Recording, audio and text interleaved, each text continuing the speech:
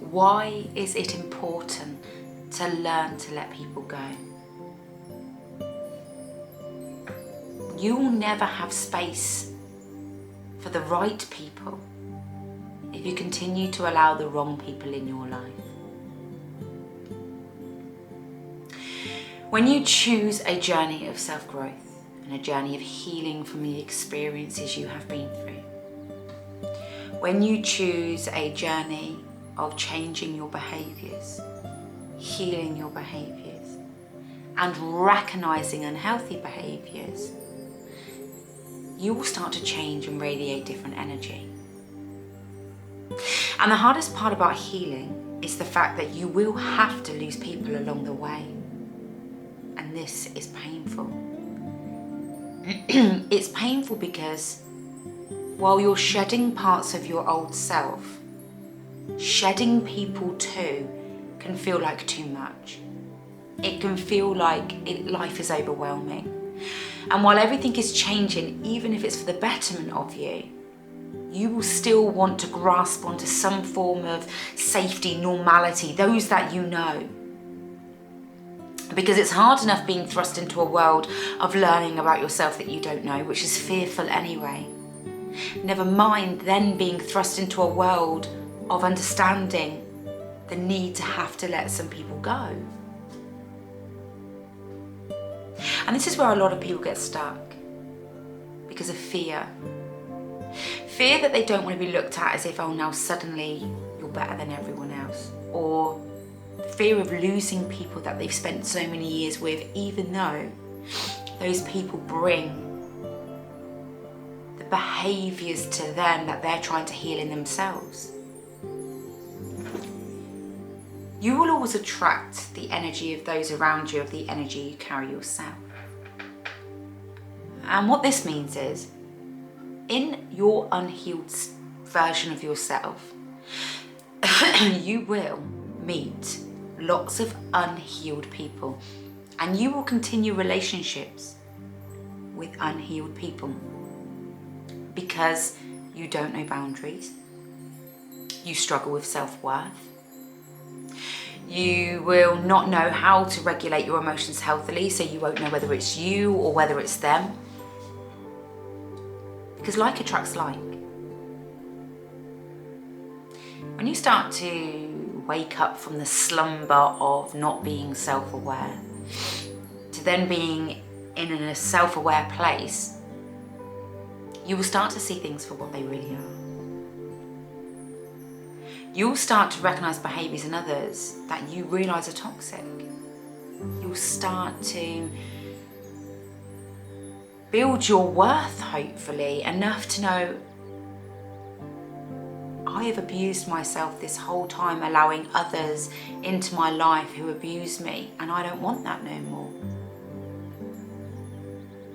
And this will lead you to then start having to question the connections in your life. And this doesn't mean that now suddenly as soon as you start healing you have to be better than anyone else, or you're no longer going to be around wounded people. Because everyone is wounded to a certain degree. But what you will have to learn is, how much is that other person going to meet you? And what that means is when you grow and you recognise you want to put boundaries in, that actually I want to be treated a bit differently, I want to be respected, and you are in the energy of knowing what you're worth. If that other person doesn't start meeting you at your worth to some level, they can't do it fully because they still have their own wounds. So it's about learning to accept people that they have their wounds, but not at the detriment of yourself. When we accept people and realise that people value people differently, and people don't always text back quickly, or people don't always see people all of the time, or some people are busy, some people say things they don't mean, we can accept some things with people. But you have to know what you're willing to accept. And you also have to know what you're willing not to accept. Are you willing to accept a friend that you spend more time trying to chase them to see you than they put into you? You can accept that they are who they are and they're not going to change. then you're holding space for somebody that you're giving too much of yourself for. And this will lead you to feel resentful, unheard and unvalidated. Are you having somebody in your life who thinks nothing of consistently and constantly yelling at you or saying things they don't mean in an anger or argument? And no matter how many times you express that that's not okay, or you're going to step back, or you try to step back, it still happens. You've got to know the power of that isn't okay no more. Once upon a time you may have engaged with that. You may have shouted back. Once upon a time you may have been the person that never bothered with your friends unless you wanted something. So it's about understanding that other people are in their wounded states. But can you accept that as enough? And it doesn't mean eradicating people or cutting people out and never bothering with them. It means choosing at where they rank in your life. We have to have a ranking system in our life, because if we allow everyone to have all access to us, then you are giving your energy away to everybody. You have to understand those that are very close to you and deserve to know the intricacies of your life and deserve to have the connection and time from you. Others who unfortunately don't value you in your entirety doesn't mean they don't love you or care for you. It just means that they don't hold the same value for you as they do somebody else. They don't have the same space as somebody that you're very, very close to. For friendships and relationships to work, there has to be some kind of compromise and meeting in the middle.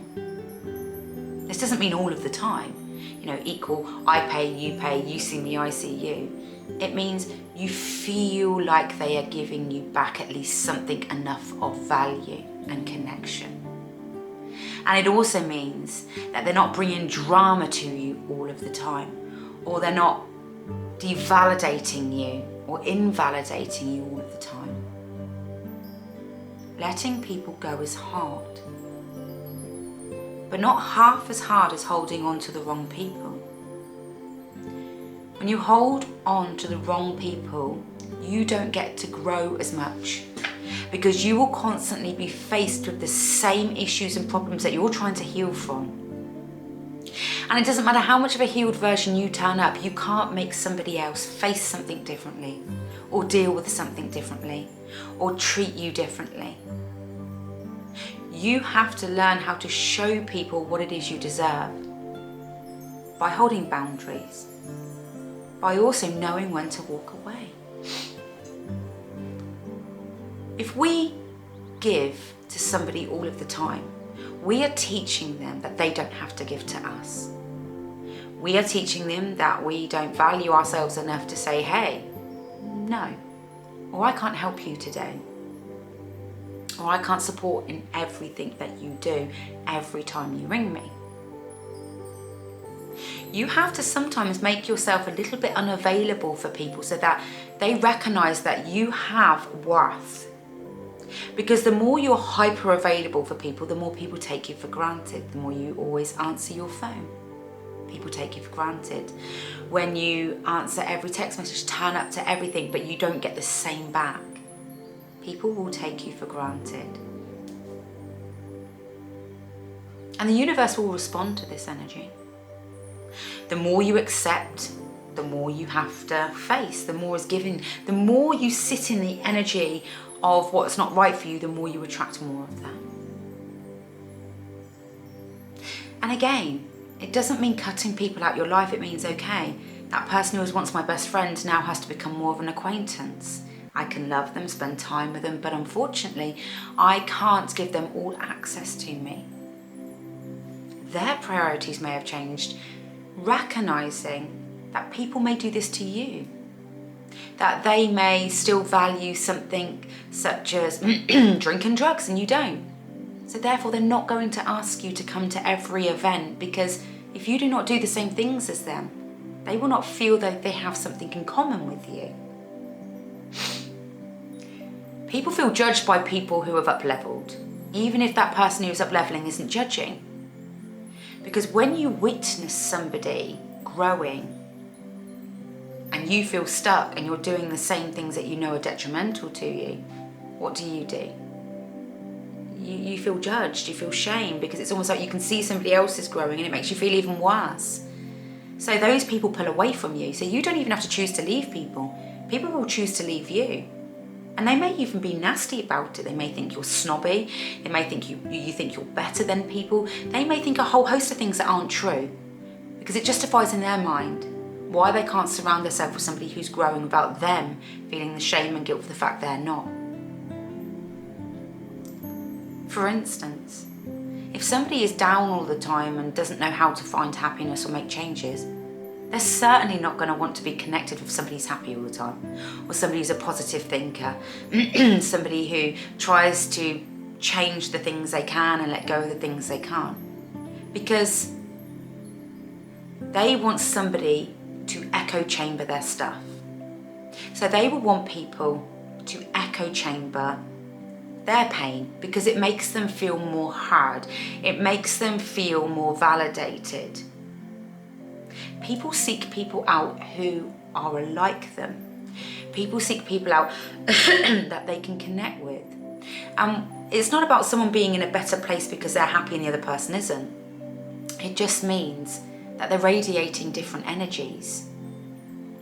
Being more evolved does not make you a better person. It makes you more aware. It means that you are aware of yourself and your feelings. You're aware of your emotions. You're aware of what makes you happy and what doesn't. You're aware of what you need to work through. You're aware that other people's opinions are important, but not always above and beyond your own. There's an awareness there. So people who don't have or don't want to work on their awareness in the place that they're in at that time will pull away from you, and you won't understand it. You will feel hurt, let down. The one thing that I want you to know is the universe works in ways that you will never understand. The divine energy works in ways that you will never understand, because they will always remove the people that are not right for you at the right time. Now, it doesn't mean that those people might not come back into your life. And if they do, they may have changed too. Or they may be reminding you why they were meant to have left your life. You have to explore that. Not shutting the door so firmly so people can't come back in, because people grow too. Just because they didn't grow at the same time as you, or the same rate as you, doesn't mean they haven't grown. And if we want people to know or believe or trust or understand that we've grown, we have to also understand that other people do too, in different ways. It's not always about judging how aware somebody is. It's about judging how their change of behaviour has occurred. If you had a fire in a church and you didn't remove any of the debris, any of the old chairs, any of the old pews or anything that was burnt, and you tried to rebuild on all of what was broken, you would never have space for the new. You have to, and you have to clear away, as well as allowing the universe and the divine energy to clear away situations, people, and things that are not right for you. And this is painful, so painful, and you will grieve. And you are meant to grieve. You're not meant to just bypass it and say, no worries, I know it's for the betterment of good. You are meant to grieve, because what you're grieving is an old version of you. You're grieving an old life that you had. You're grieving a relationship that you didn't want to end, or you did want to end but didn't know how to. You have to grieve to process those emotions. So it's not about reframing it so you can just feel better about yourself. It's about processing and reflecting and feeling the pain of letting these things go, understanding why you need to let them go, but also having faith. Having faith that what was meant to be brought in your life will, and trusting in something greater than you. I hope you can take something